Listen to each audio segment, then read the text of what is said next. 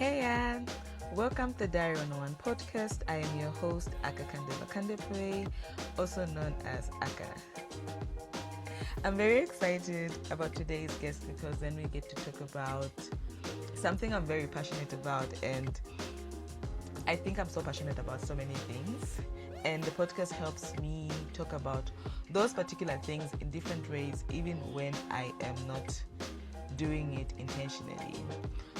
So today's guest is a social justice advocate and founder working in the forefront of empowering rural women and girls. Through her work, she has built initiatives that focus on leadership, economic empowerment, and opportunities for communities that are often overlooked. Today's guest is Irene Chikatula. Oh, I hope I did that right. Hi, Irene. Hi, Aka. So thank you so much for the invitation to feature on this very important, I consider important conversation. So just a point of correction, it's Chikatula. Yeah, but that's all right. Chikatula. The fact that we talked about this a few minutes ago. I know, that's why sometimes maybe it's not good. No, maybe sometimes that's why it's not actually good to talk about certain things. You just go right into it, right? So it's all right. It's Chikatula. Yes. Chikatula, yes. So what thank does your you. name mean? Do you know what your name Oh, means? Jesus Christ, no. Unfortunately not. But Chikatula is Kaonde from Northwestern Province, Solwezi to be specific. What I know from my ancestors is that it used to be Kikatula because Kaundes have a lot of key, like in our vocab. So over time, and because of people maybe failing to pronounce it, or they thought it sounded fancier to transition to the chi, so it became Chikatula, but it's Kikatula original from where it stems from. Yeah, yes, Kikatula. I actually find that easier to pronounce. Yeah, exactly. But I don't know. Actually, I think my father and his father found it already changed. So yeah, and many people confuse it for Bemba now because of the chi something. Chikatula, that's what they think it is. Chikatula, Chikatula something. Yeah. But it's all right, Aka. Thank you so much. Yeah. Thank you for saying yes and being on the podcast.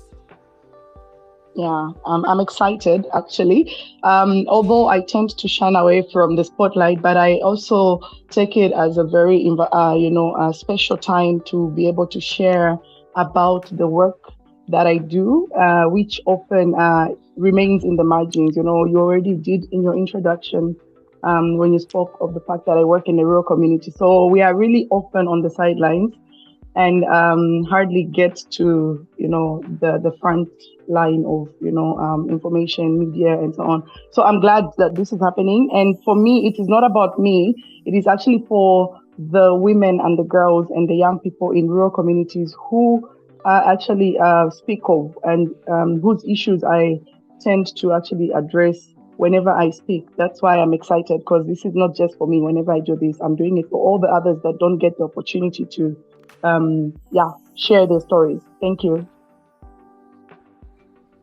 Thank you. I read something very interesting about you on your status actually. So it was another I think you're launching your portfolio very soon. But I feel like I liked how you've introduced yourself on your portfolio. So I am going to read this. Irene okay. So it says she's a feminist leader and social justice strategist from Zambia, building community power, transforming governance, and advocating dignity, rights, and opportunities for girls, women, and rural marginalized communities. Yeah. So there are key things I like about this. Again, like really better than what I did earlier. But what I like about it is from the forefront, you just go straight to the point and say she's a feminist leader. And I rarely see women do that, especially in Zambia. I haven't come out to, maybe it's where I am, or the environment I'm in. But I rarely hear women just straight on say they're feminists. Like, we do stuff that would maybe we would say, oh, maybe she's a feminist. But a straight on point where I just say I'm a feminist is something I like to see anyway. So what's feminism to you? All right. Thank you, Ak. I like to say that you're right about the fact that feminism as a title is usually shunned away from. I feel like it is a fear. I know way too many feminists that prefer not to use the title and let the work speak for themselves. But I also know that it is mainly because of the backlash that people receive when they address themselves or refer to themselves as a feminist, or the backlash. Or also, I've encountered a situation where somebody actually failed to really explain what feminism means, and at that point, I think they got challenged and stopped to address themselves as that. So. I think for me, feminism is just a concept. I think it is a word that was used to coin, to mean, the battle of sexes. It's the equality of sexes. And for me, this means pushing for equality between systems, between movements, between opportunities for both women and women. So I call myself a feminist because I believe in equality. That is what it means for me. Feminism means finding a way that meets both genders or all genders, to be specific, at their point of need or at their point of vulnerability, and seeing how we can support them. So in the past, and when I started this feminism journey, I realized that there's a very thin line between what people think is feminism and what people think is advocating for LGBTQI rights, like in Zambia, to be specific. And I'm sorry if I'm going off topic, if this is not something we should talk about on your podcast. No, you're good. Yeah. You're good. Yeah, You're good. but in Zambia, the dynamics around LGBTQI, and oftentimes you cannot talk about feminism or gender equality or protection of rights of vulnerable populations without actually it's the umbrella of all genders. So many people started to take that as advocacy for just rights of LGBTQI and so on, and it brought a lot of backlash on all of us. It brought a lot of talking and skepticism, and also partly instilling a bit of fear in communities, in the people we work with, and in the in media spaces. So I feel like this is what people don't actually realize, and that's why they shun away from that concept. But I'd like to just highlight that feminism is simply just a word. It is a word that people found and coined together to mean women or even men, interestingly, that believe in gender equality, people that believe in, the battle of sexes. And feminism is often considered as a foreign concept, but I don't believe it so. It's just that, like many words, they were not discovered in Africa or in Zambia. Reason being that we have been a bit behind in progressing as a continent, our historical colonial history that has limited us from, being a step forward. So the people who are ahead of us came up with words and concepts. And right now we use so many words to define certain situations and conditions. And we don't really question most of them. We accept them as they are, words. We found these words. Podcast is a word that we are all using, but where was it coined from? And what does the word podcast mean, for example? So it's similar. Feminism is really just a term that was given to define women, men, young people that are passionate about gender equality. And I feel like we have had feminists in Zambia way before the word feminism. We still have a lot of people that are feminists without saying it. Yeah. Anyway, that's what I think. So I'm a feminist because for me it is both a belief in the system and the social movement that is centered on achieving gender equality between all genders, be it politically, economically, socially, culturally, and so on. That's what it is for me. Thank you so much for your question.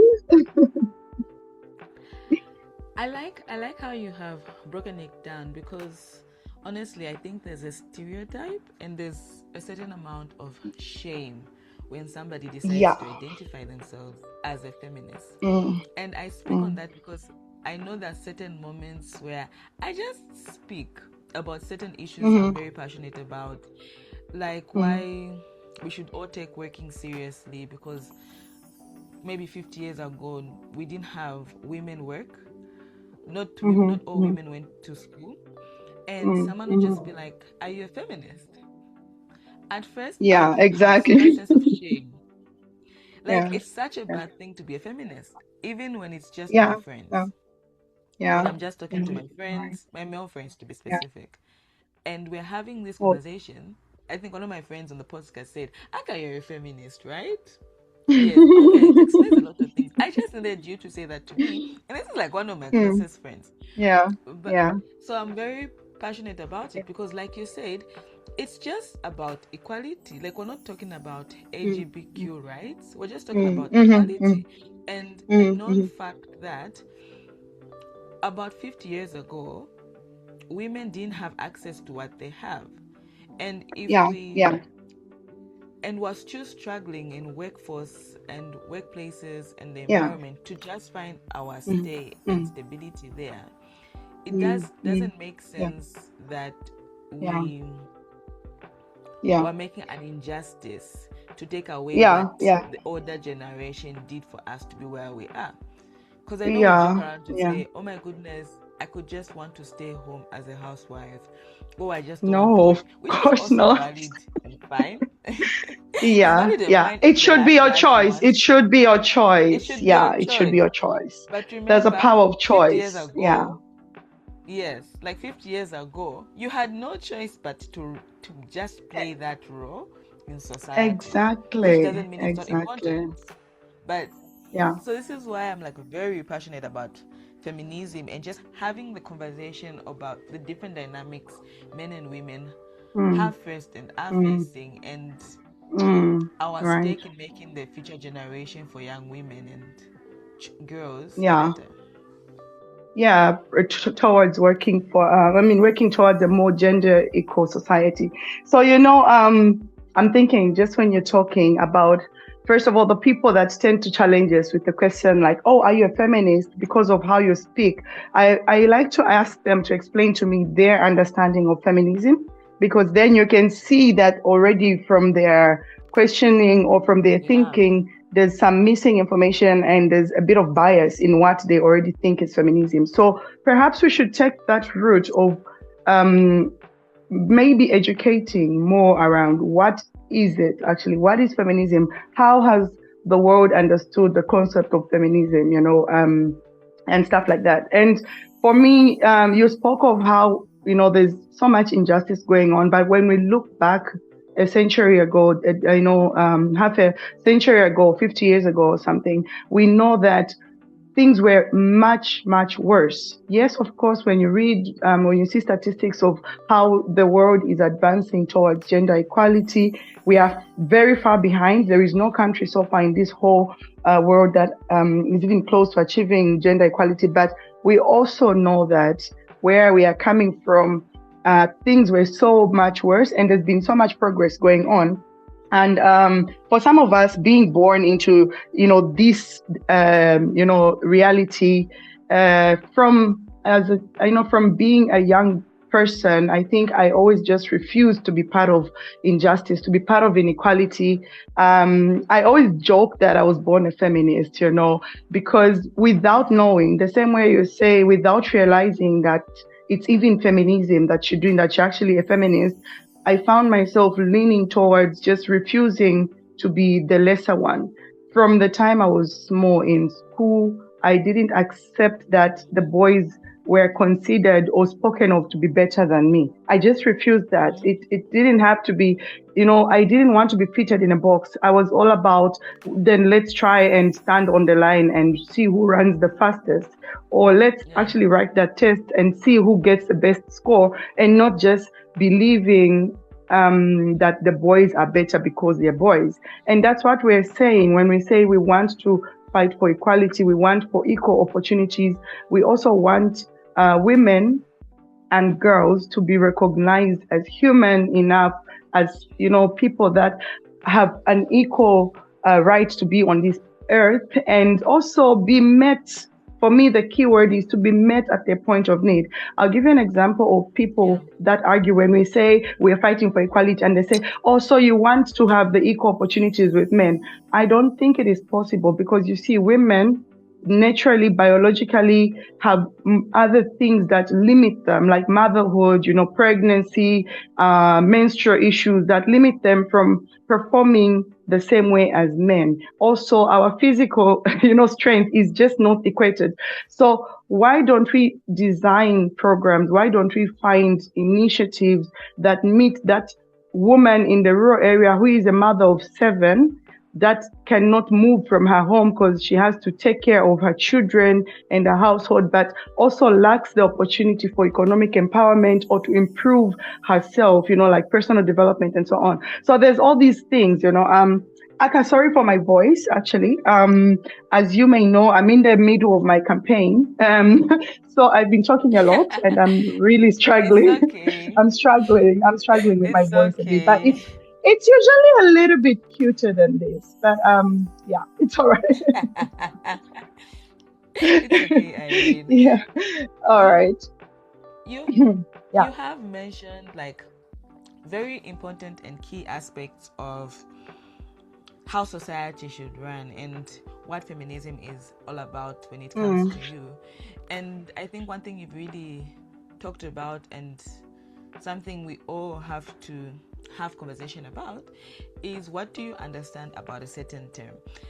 I think, or a certain word, what does it really mean? Like when we say this, what does it really mean? I think I also ask that question now.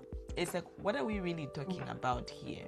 Because, of course, there's certain things have been radicalized too much, and we've forgotten like the core function of why this thing was actually started. And maybe it made sense for something like feminism, for example, to have been radicalized at a certain point in life.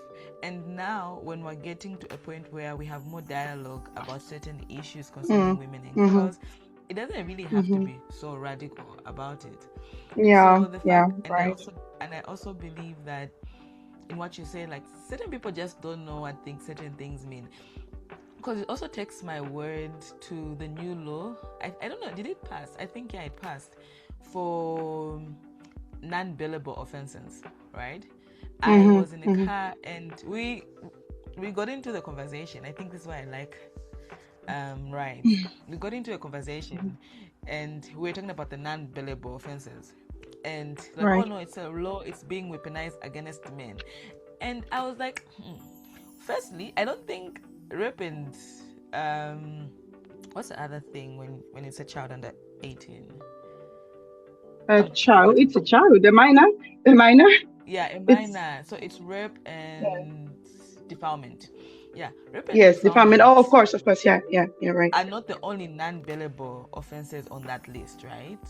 Of course, if somebody steals from the hospital and the government, copper, natural resources, we should make them non-billable Yeah, because we don't want people stealing from resources that the marginalized groups benefit from. yeah, Fact. yeah. But then we get more into it because I'm trying to understand why, in that moment, a lot of people felt like this law is going to be weaponized. And I like the conversation I had with that gentleman because I was like, okay, if you are saying this law will be used against men and women who are in relationships who use that against their partners, that's very interesting, right? Because firstly, what do you people date is my first question. Yeah, you ask yourself like, what do Exactly. you date? Because Yeah, I'm not scared yeah. about that, and my partner shouldn't. then Exactly. I've never thought of it actually. Of course, we do have people that are a bit crazy enough. I know a few, I know a number, that would actually go to that extent. But we cannot also rule out mental issues in this world. That there are people that yeah, just, yeah. But I know that. Sorry for cutting you short. But it's not common. It no, is not common, and it is not a yes. thing at all. Yeah. So then I actually asked what we're talking about. What you just mentioned is Mm, what mm, percentage of women do you think will actually do that? mm, mm, Because it's mm, one thing for us to say someone can forcibly report a report that she was mm, abused, sexually abused by mm, somebody, or somebody could mm. just do it out of spite. But on a ratio Yeah. 1 to 10, Yeah. when is it that do you think people are lying about being Mm. sexually abused? Like, Yeah. oh Yeah. no, I And why think do you think? And why do you think they're lying when they say exactly. it? Like, oh Yeah. no, from a ratio 1 to 10, I think probably only maybe 10% of women would actually do it from spite. And No. I'm like, okay, No. 0 point. well, I said Yeah. that's a valid one, right? Yeah. Like, if we Yeah. put it Yeah. in a ratio, like, it's fine if it's only 10% of women would do it out of spite. So it means Yeah. 90% of them would actually do Mm. it because it probably happened, or they saw it, or Happened. a child was actually Yeah. abused. So that Yeah. doesn't make the law bad. It actually makes it Mm. good, because of course there's always Mm. going to be backlash for any law. Mm-hmm. But Mm-hmm. Mm-hmm. Of of course. course Yeah. there's always going to be backlash, but there's going to be good out of it. And we had Yeah. this long Right. conversation, and I said, when you're thinking of this, you shouldn't think about it in terms of your romantic partner. You should think about it in terms of your niece, your daughter, Mm. your sister, your aunt, your mother, Mm. Mm-hmm. Mm-hmm. Yeah. because Yeah. those should be a priority of who you'd want to keep safe. And it's like, well, that makes a lot of sense. And I'm like, we should have Okay. more disagreements and agreements on certain Conversations. issues. Yeah, like this. Yeah. Yes, Yeah. because Right. instead of me getting upset that he doesn't get it, it's more on, okay, we're meeting halfway, and we're actually having a Yeah. conversation to say it's not about romantic partners. We're actually talking Yeah. about your nieces, your nephew, your nieces, Mm. your Mm. aunties, your sisters, and your mothers and your grandmothers, and Mm. babies as Mm. well. Mm. So Mm-hmm. would you Yeah. want that to happen to your family? Should always be the question we Yeah. ask. Like, does it make sense? Like, you want Exactly. that to happen to your family, Yeah. or you Yeah. think your Right. sister is Right. lying? Yeah, exactly. So Would yeah, you think it was a lie if it was your sister that reported, or your mother, or your daughter, your little girl? Would you think that as well, the way you're thinking that other women are going to be lying? That's a key question anyway. Yeah. yeah. But that's interesting, Aka. That's interesting. Yeah. Uh-huh. And thank you for bringing that one up. There's been a lot of controversy around this law that was passed. To be honest with you, it hasn't been well accepted. I'm not sure if there are people that are petitioning it at the moment, or challenging it rather. But for me, having been working in this space for over a decade now, at the intersection of community empowerment, GBV, social justice issues, anyway, name it. I have seen gender-based violence. I have seen abuse against children. I have tried to solve this puzzle, and it's painful actually. And it's a very sensitive topic for me. And because I have Yeah. lots of cases that are still pending, but the truth is that we need justice for victims and survivors of abuse, and we need it urgently. We need strict punishment for perpetrators. We need them to go behind bars. Of course, our minister once even spoke of castration of men, medical castration of abusers. These are part of what they're thinking to implement. But I just want to highlight one reality, which is a bit uncomfortable, and perhaps why some of the people are a bit afraid of what this means. In Yeah. Zambia, we are still struggling with our justice system. We are still struggling with how people receive social protection. We are struggling with how cases are delayed at the courts, how in the end, even if we have evidence of cases, for those that even have evidence to start with, they get dismissed, or how sometimes somebody is in custody for at least 2 years because the case was being pushed on, and then only later to be found not guilty. So you can imagine all of these different situations. And now the introduction of a non-bailable law for such offenses makes everyone guilty automatically, right? And as we speak of thinking that, imagine it was your mother, your daughter, anybody, your child or your aunt. I like to also draw people to the conversation of imagine it was your father or your husband or your brother accused. Yeah. Of course, no one is innocent until proven guilty. I mean, no one is guilty until proven innocent, right? But this one will mean no one is innocent until no one is what? Everyone is guilty. Everyone is guilty. That's what it means. It means everyone is guilty until proven innocent. I think it's okay. But the problem, Aka, is that in Zambia right now, we cannot even solve the cases that we have that are existing. Our systems are so bad, they're lagging. I only wish that after passing this law, our government, our relevant authorities, responsible authorities will speed up the process and will work towards fast tracking GBV cases, because that's what we need. I don't think that the law is bad. I don't think it shouldn't happen. I'm more afraid of what does this mean for the accused. In social justice, we believe in human rights concepts and, ideologies that everyone has got the right to something, whether guilty or not guilty. Even for a thief, they say there's, the thieves in prison, they say they're not supposed to be beaten and so on. There's all of these, going against somebody's rights. And so to what extent are we, almost stepping on people's rights? To what extent are we almost bringing on another injustice by trying to solve one injustice? So that is the whole thing. I really wish our governments, our people, our leaders can listen and find a quicker solution to this. And the fast tracking of cases, is to fix the social, systems in place, the justice systems. I live in Rufunsa. I'll tell you that we do not have a court right now that even handles GBV cases. We do not have a place where we can take cases urgently to start the procedure. So this means we commute to the neighboring district, or the judge comes to us from the other district. And this takes quite a long time. And until this happens, that accused person, woman or man, is going to be there waiting. So that is, I think, the main concern that people have. Otherwise, for those that do not bring genuine concerns, I think they are just one of the perpetrators. That's what we say. If you are very upset about certain laws without justification, then you must be one of them. Actually, that's the only the only conclusion I can have about it. Yeah.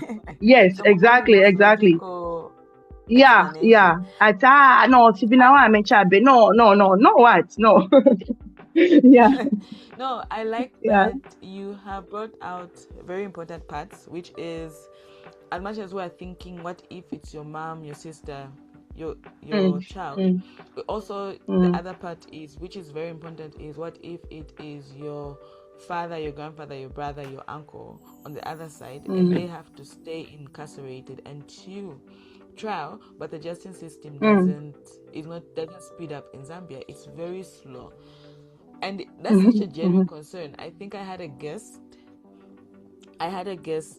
a few weeks back. His name is Matthew, and he talked about it as well, to say the law is good. It just means we now have to allocate more money to the justice system so that they can have the capacity to speed up the process. Yeah. Because already certain cases have been in court for a while now.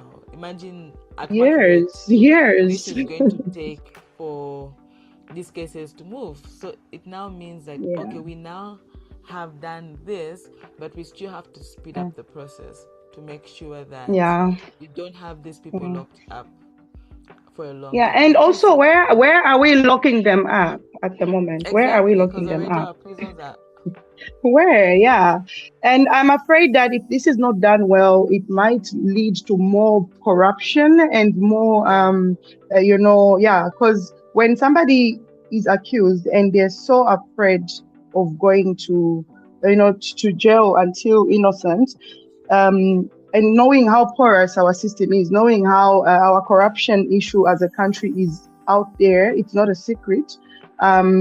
So this might just trigger more people reaching out and offering more deals and more money to other people to protect them. And if we're not careful, I feel like if we don't do this carefully, we might actually have more perpetrators who get away with this than those that are actually, paying for their crimes. That's what it will mean. Because in the end, it's just the fear of going to, being in custody for a longer time than the sentence you should serve will scare people, and some of them might just go to extremes. Because imagine that, right, that the cases are different. The sentences are different based on whether it was sexual assault, whether it was indecent exposure, whether it was the actual, defilement. So imagine you're pending, waiting for trial, and you've spent over a year, and then you find that you were only supposed to do a 6-month sentence or something. Where does that leave us? That's what we didn't actually think through critically. And yes, of course, the law is passed. And again, I just want to put it out there that I am not against the law. I'm just a bit more sensitive to what happens after this law. Yeah. And I guess it's a conversation that needs more time, and we need to engage further in it. I'm happy to come back and talk about this at a later point, but so that's it. It is. I like starting conversations and sparking these conversations with our audience. Is, of course, it's been passed like any other law that we didn't know how it passed, but let's have a conversation about it. Like, I have questions. Yeah, exactly. And I'm all about the uncomfortable conversations. Yeah, like, let's have the conversation. Okay, it's been passed, guys. How we did, we all don't know. Probably we just don't follow procedures as much as a country. I don't think I'm the only one. But now that it has passed, what measures do we consciously have to put in place? Because we don't. I think how it passed was actually out there. Yeah. No, on my end, guilty as charged, I don't pay attention. So yeah, I was saying that for me, guilty as charged, I just don't follow Parliament as much, which is nothing to be proud of, by the way. No, okay, I got you. And that's what I also said. You cannot be everywhere. We all have our niches, which we work in our spaces.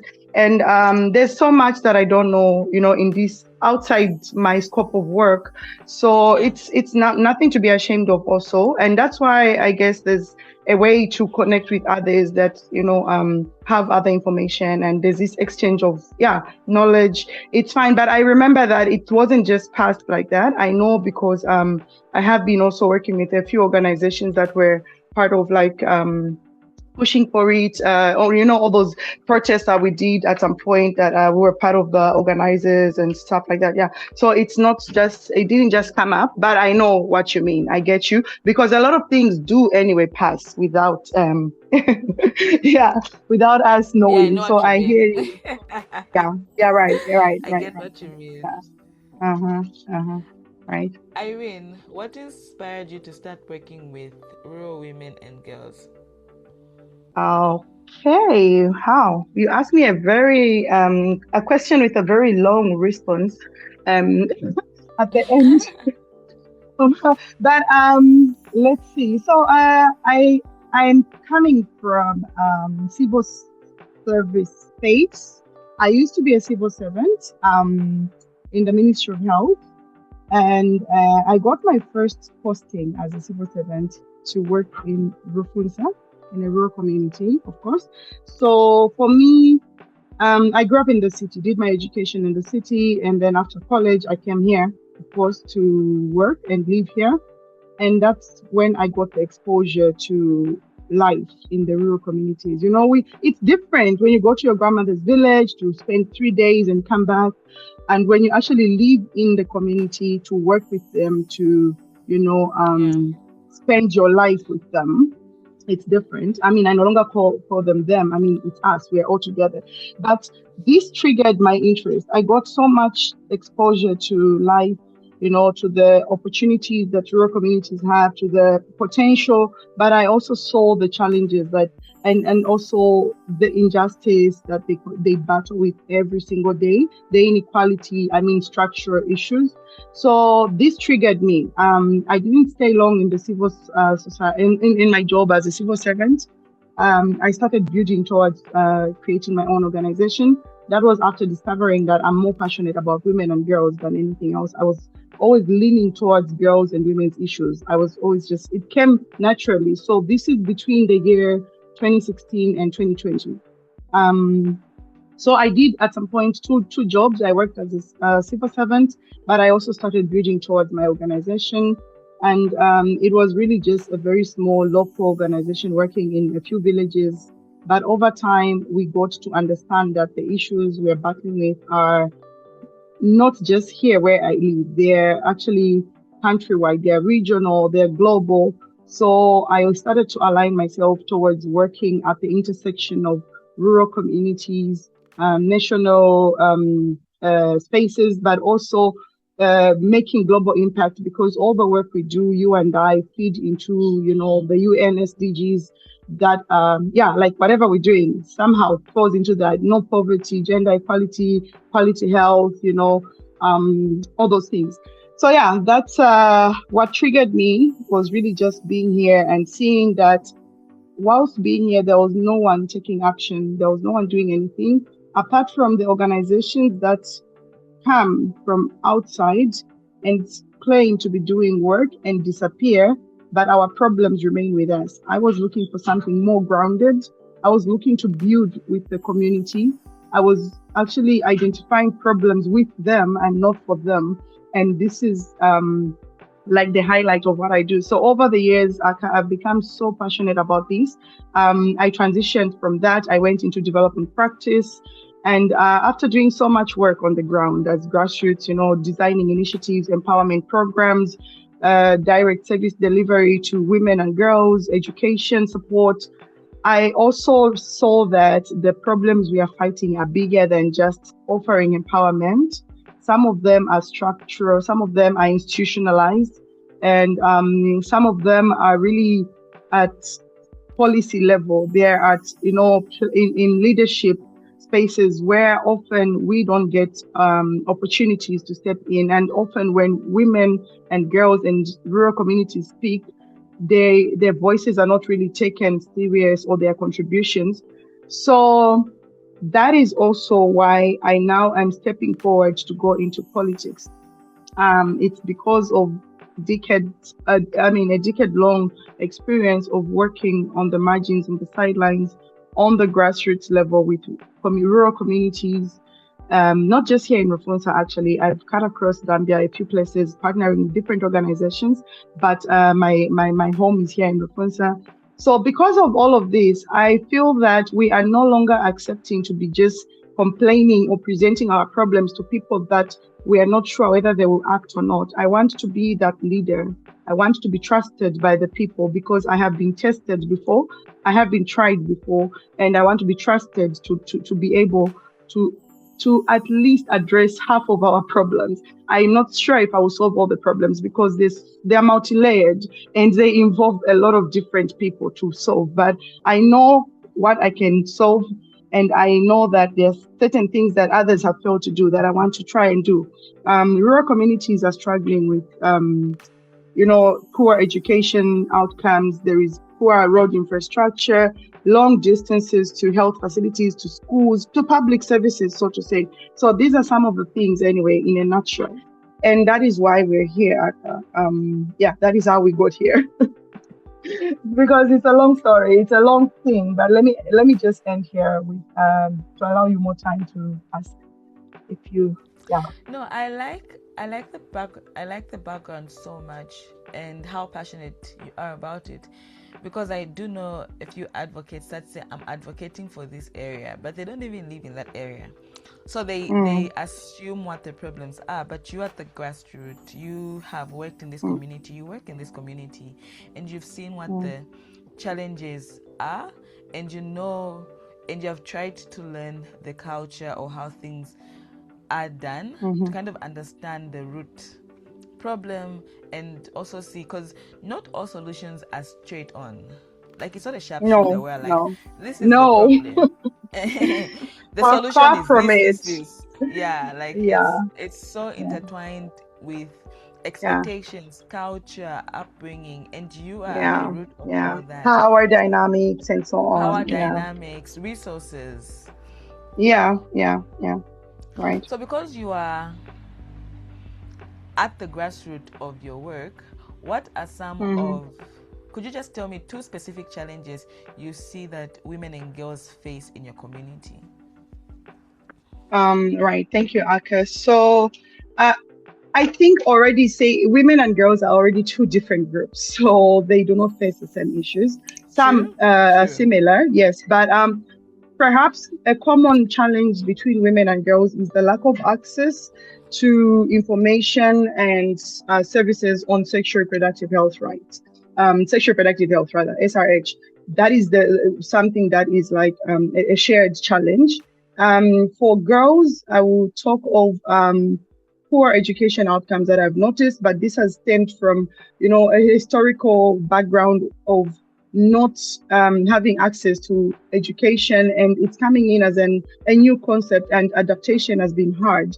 Rufunsa is a new district. It's one of the new districts in Zambia. It was a very remote community, and people did not go to school in the past. People just, lived like that. So education now coming in, and we are advocating for education, and unfortunately, at the moment, our national system uh, does not accommodate different levels of people. The system is standard nationally, so they are all exposed to the same examination that have had the privilege and the opportunities to learn in better conditions. And these ones that have not actually had this opportunity, we still have people that walk 12 kilometers to go to a school here. And this is not even just girls, it is also boys, uh, children in general. But for girls, we also have at some point the lack of motivation, which for me is something close to my heart, and why I also do mentorship of young girls. They lack the motivation to stay in school. They do not see the benefits. They do not see why it is important. And like I mentioned, it's because of their backgrounds, their communities, their family structures. You find that the whole family, no one has got education, and even for the few that have, there are no opportunities for employment, for further education, and so on. So yeah, it's multi-layered challenges.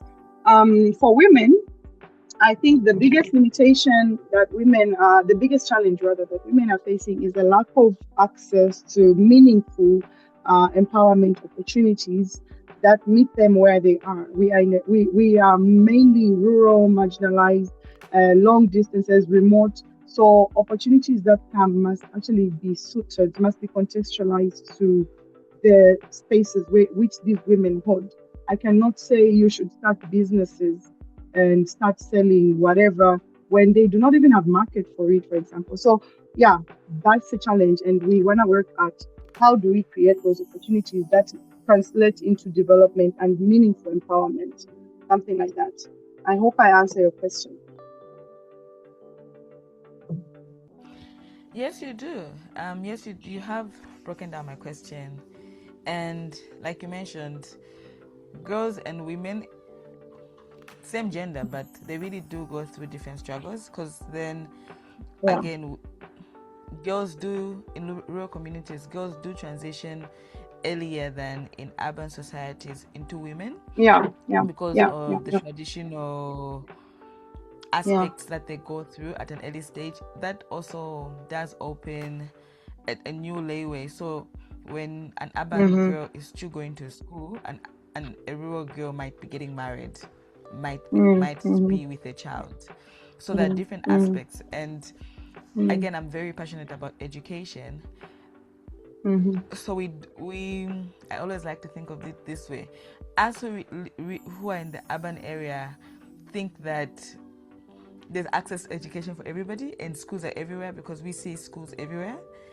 But then when you go in the real society or world, you get to realize that, in the villages, there are no schools. And we don't need more schools in the urban areas. We need more schools in the rural areas. And we also need staff that will actually go in the rural areas to stay. So if we hire teachers, we don't need more teachers in towns. Maybe we do because of the teacher-pupil ratio.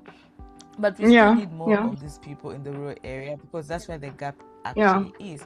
So you have highlighted very important aspects on what the challenges would be actually.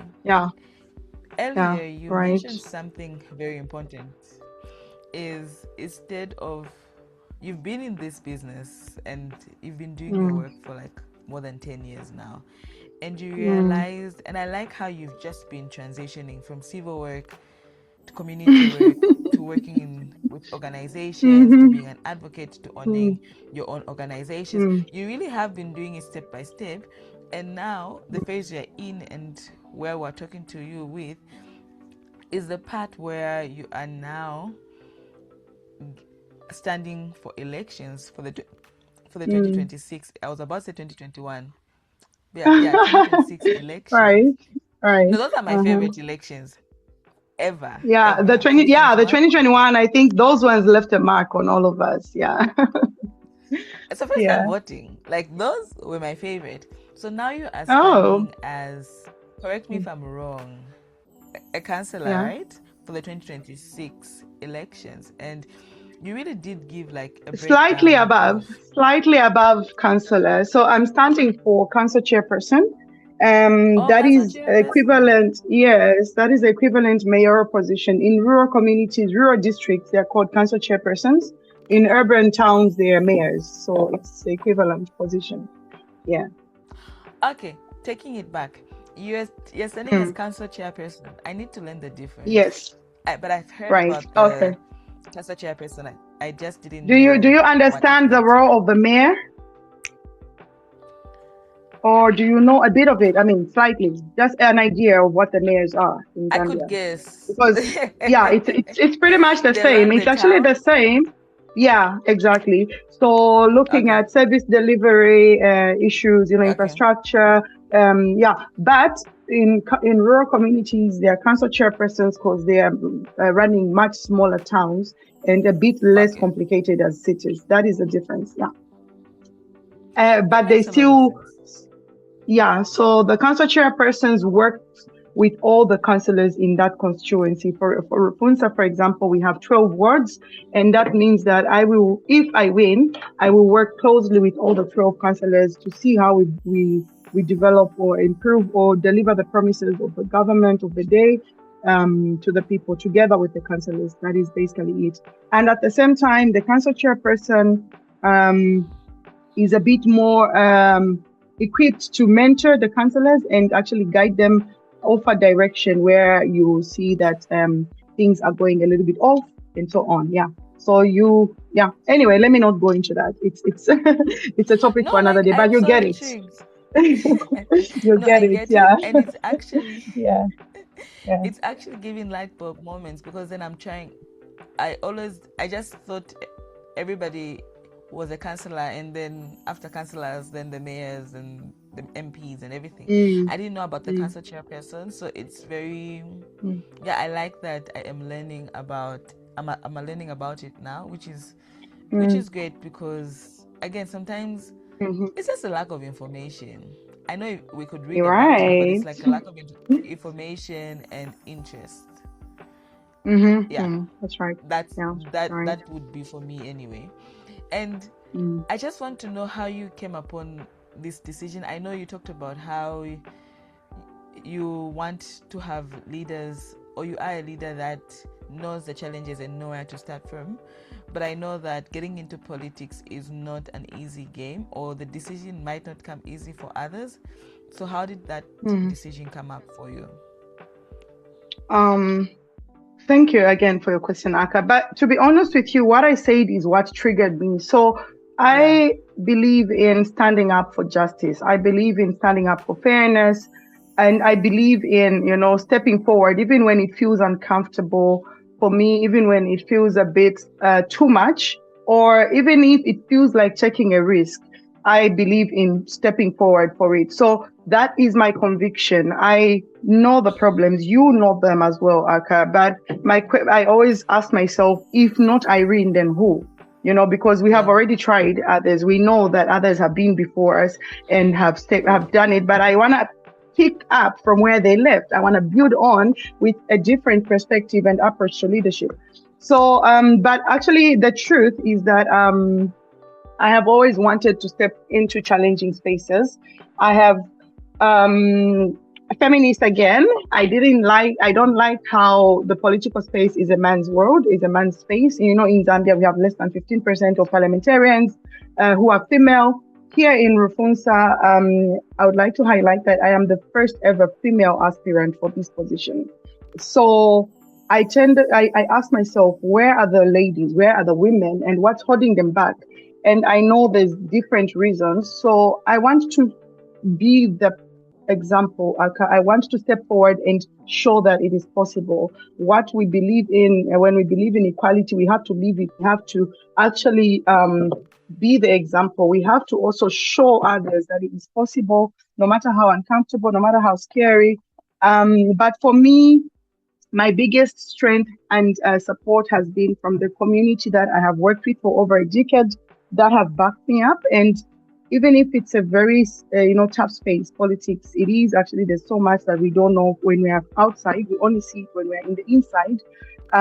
My biggest backing has been the people that I've worked with for so long that continue to support me and told me I'm doing the right thing. I have made the right decision and I have their endorsement. So it's something which must be done. Let me say, there are just things in this world that must be done, and no matter what, they are not to be avoided. And when you realize that no one else is stepping forward, perhaps you are the one that should. So that's why there's no waiting for others. We are not waiting. We are no longer waiting. We are also no longer seeking permission, which is funny. That recently a certain individual asked me, "Oh, you're standing for politics. Have you asked your husband for permission?" So this was so funny for me. Like, no, we don't seek permission. Anyway, it was funny. I mean, of course, I am actually a married woman with 2 kids, and I'm juggling between motherhood, wifehood. I'm still studying. I'm currently doing my PhD in gender studies. I'm doing a lot of things, but I have never actually at any point thought that I ever needed permission to do all these things. What I have done is engage my partner and actually seek their support to meet me at my point of need in terms of, shared responsibilities at home and so on. But I've never seen it as a thing to seek permission. But I also know there's so many women that are held back because they don't have that permission.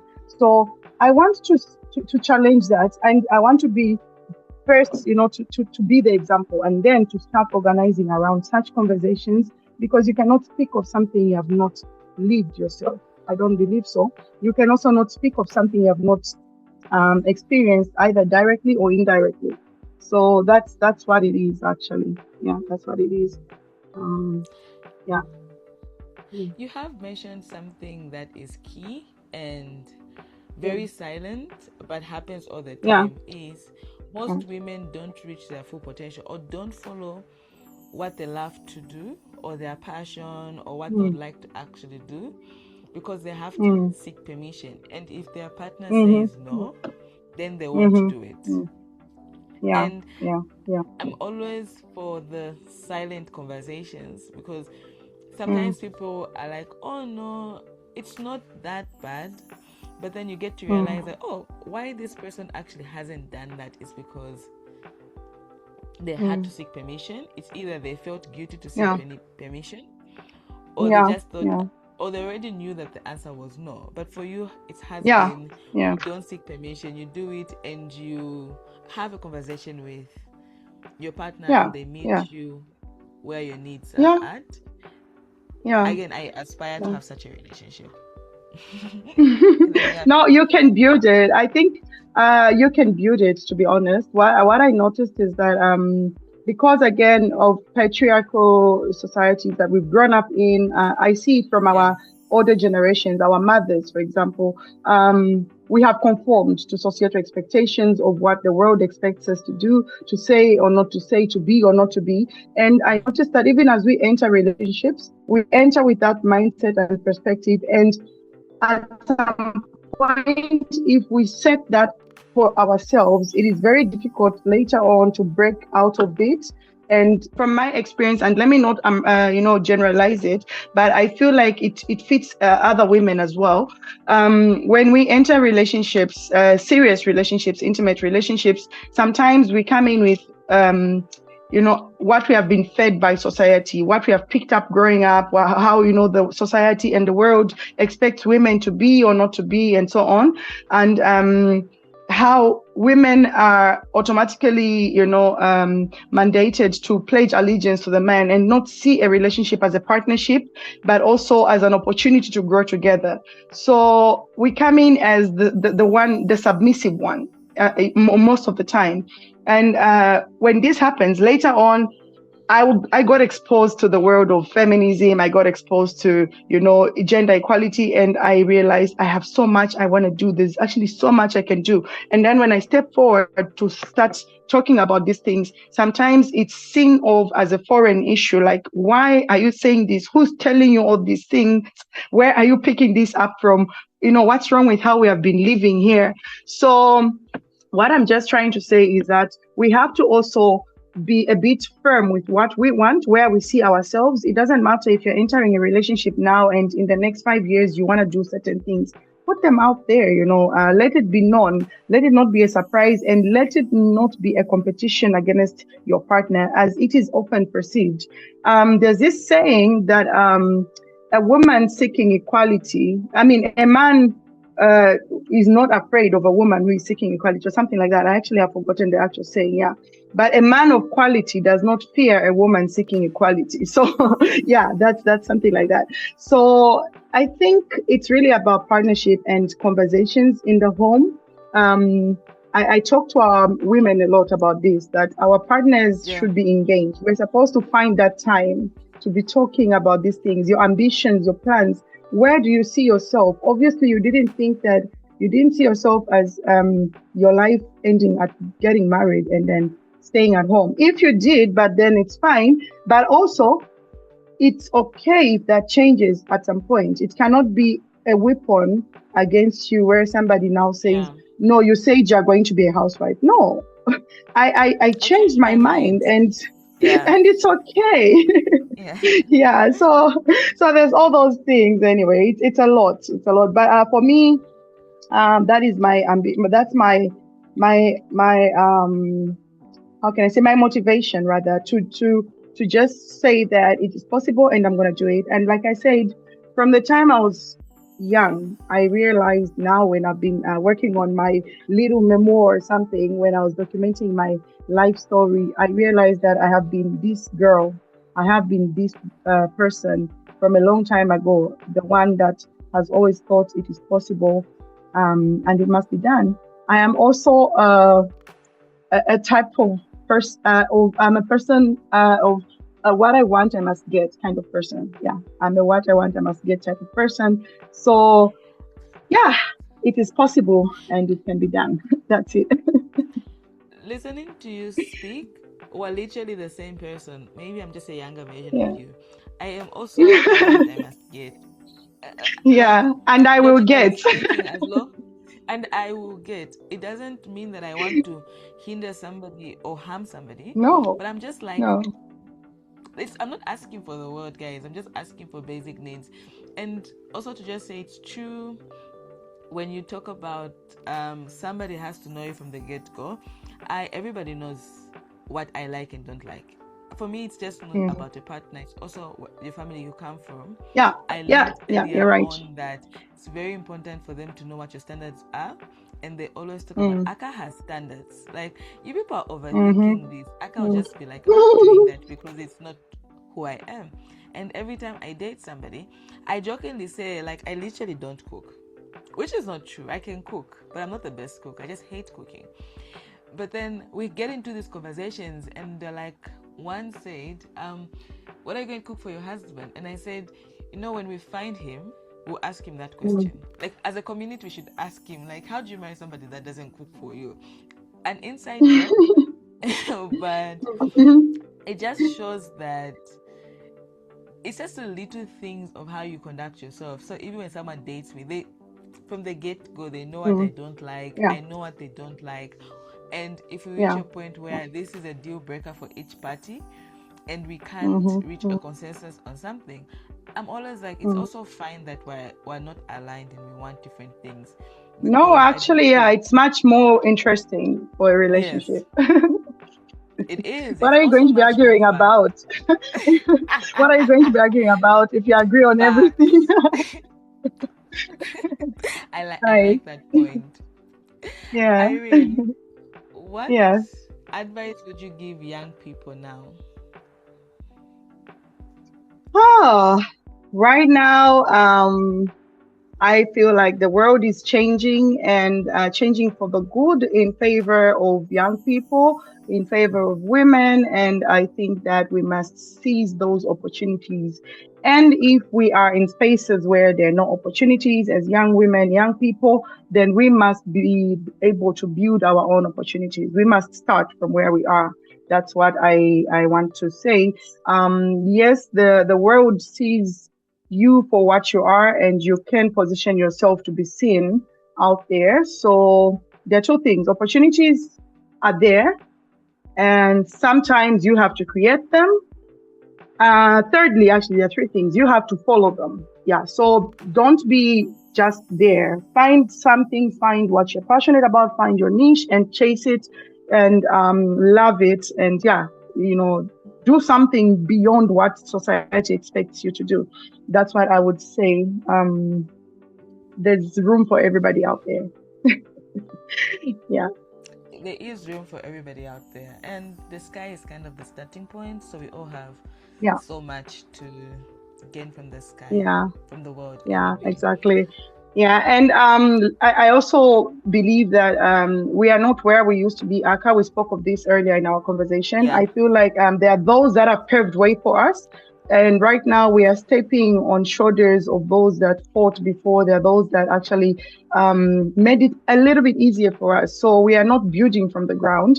And my encouragement to young people out there, young women, is that find that somebody. There's a lot of them. There's a lot of us that have been doing this work. There's a lot of us that have been out there, and find us, engage us, and let's see how we can build together. That's what I would like to say. Mm-hmm. I like that. Always find that somebody. I'd like to ask how your experience on global platforms like fellowships, the Obama Fellowship, has shaped your perspective of the work that you do and life in general. Oh, thank you. Wow. So, the Obama Leadership Program was 2023. That was, I think, my second entry point to a global space in terms of this. I think I owe my leadership journey to two programs, the YALI, the Young African Leadership Initiative, that was 2021, and the second one being the Obama Africa Program, which is a highly competitive program that only selects 35 African leaders every year to be offered a free training up to 6 months long in leadership. And I think for me, the Obama program helped me to see hope, because President Obama is big on, hope and hope-based leadership, values-based leadership. So we found our values, we found ourselves, we discovered the work that we do that actually feeds into a lot of different works of other people. And meeting fellow leaders for me just reaffirmed the fact that we are together in this. I'm not fighting a battle alone. And whenever I feel like it's getting tough, I always fall back on that fact that there's many more out there, others addressing even much more tougher challenges than I.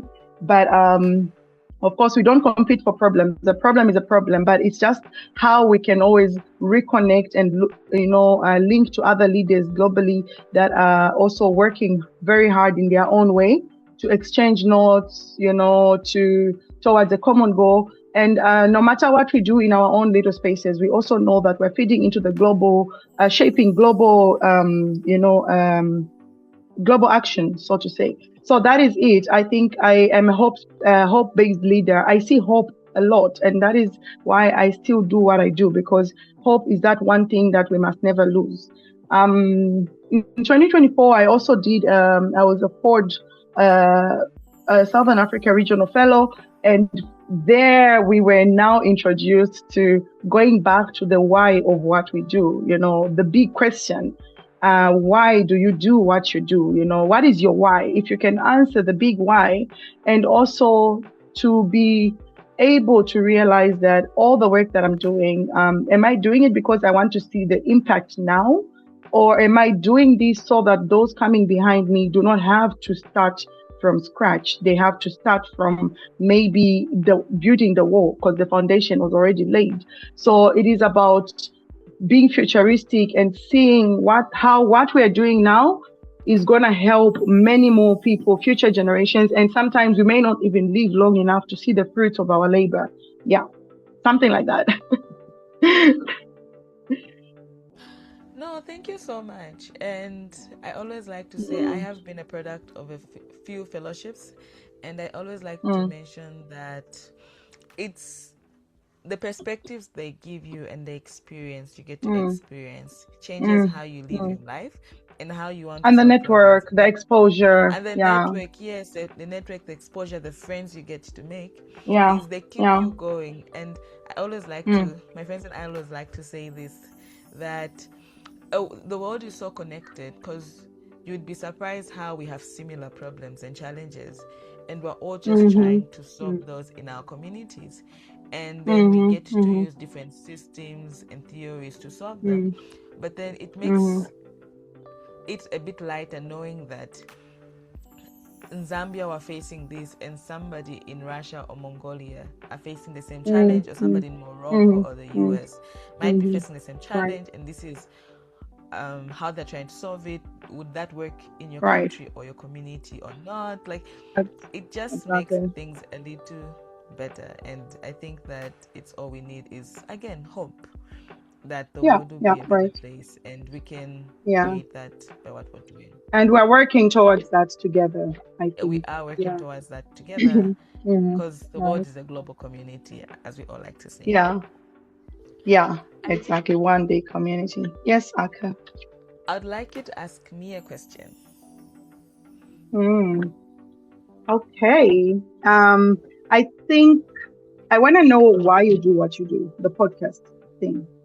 Why? What is your why? In a short answer, what is your why? What is the why of what you do? I get this question a lot, and I think my You answer do. is different. Yes, You know why I am asking? I think all of us that ask you this question, you should challenge this. It means we didn't listen to your podcast to the end. Because if you get this, because I didn't hear you responding to it at any point, so it means I didn't finish. No, maybe Perhaps, just didn't but listen yeah, to that episode. Because maybe, yeah, I didn't listen like to there are all, few yeah. episodes that are Yeah. about that question. Yeah, but just out of curiosity, because I noticed you do have quite a number of episodes. I think they're over 90, right? Almost 100, if I'm not mistaken. No, they're actually over 100 now. They are. Oh, the last time I checked, they were maybe like 98. Okay, I think I need to go back and look. But anyway, so I'm just curious. Yeah, is this for fun? No. I think fun stops because it's actually a lot of work. Like there are moments where with the back and forth I have with guests, and you've experienced it, and just how nitty-gritty stuff get. Trust me, if it was for fun, I would have stopped at episode 20, because then I'm done with the fun. You're done with the fun. Yeah, I'm done. Or I would have done it season by season so I could get a break. But this is like every week, guys. It's such a hectic thing to run. Yeah. Why do I do? So it's to just inspire young people to try something new, pivot in their career, transition, or start up a business.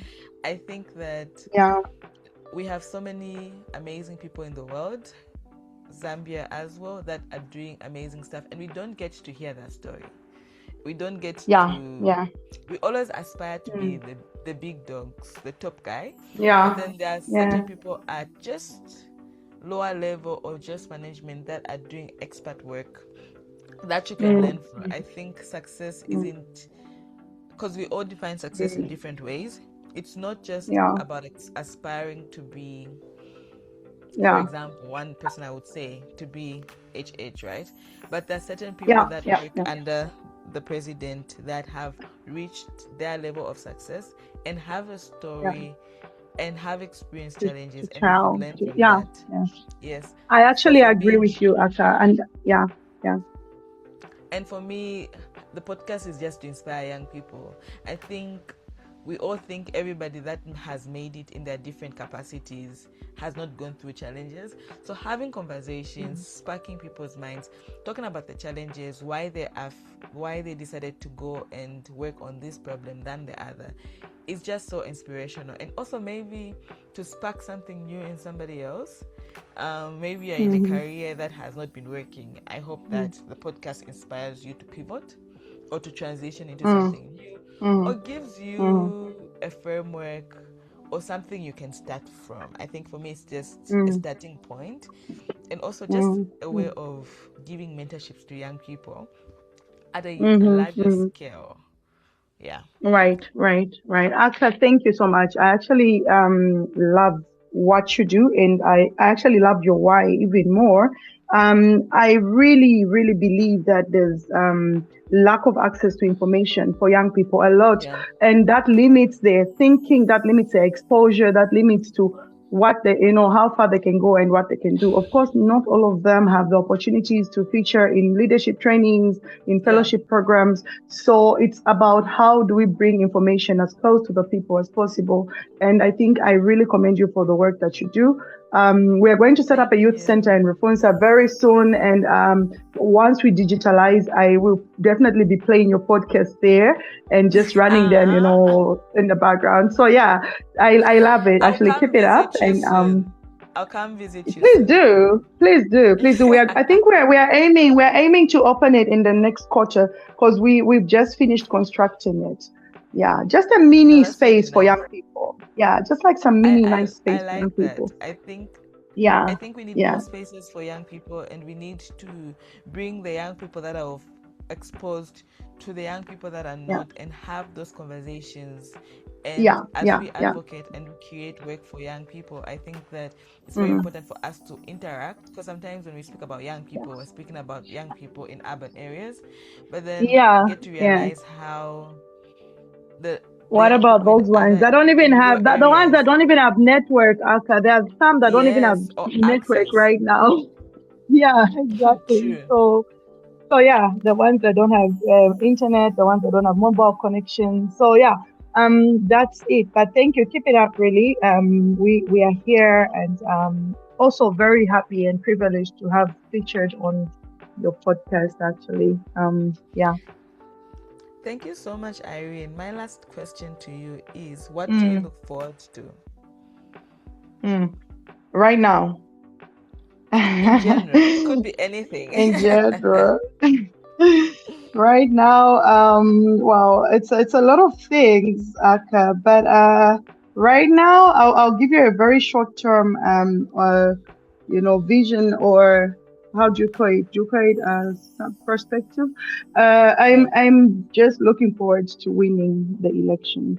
That Yay!